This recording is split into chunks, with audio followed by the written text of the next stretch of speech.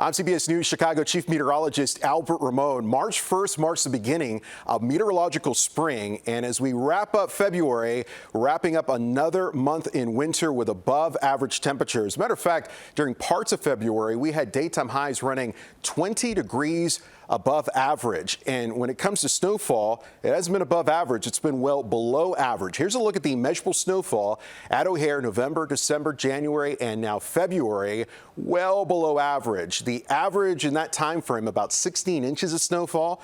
So we're running 13 plus inches below average, only 2 inches of measurable snowfall at O'Hare. Speaking of averages, this is how we typically see our winter around here. As much as 11 inches in January, 10 inches in February. March on average about 5.5 inches, and the seasonal average from November 1st to April 30th about 38 inches. Doesn't appear, though, we're going to get anywhere near that number. And keep in mind, on average, about 5.5 inches of snowfall in March. Can we get that? Let's talk about that with the latest outlook from the Climate Prediction Center. For the first 2 weeks of March, above average precipitation, but that can be rainfall, wintry mix, and snow.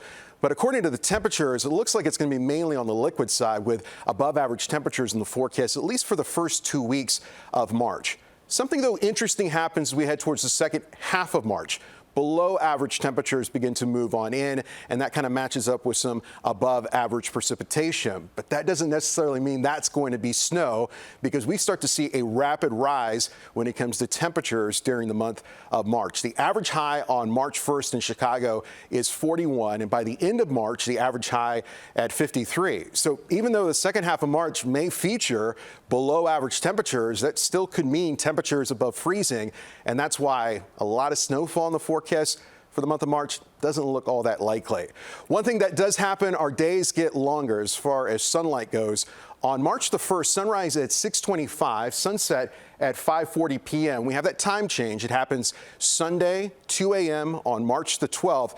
And by the end of the month, we have sunrises not too different, about 6:35. But how about sunsets by the end of March at 7:14?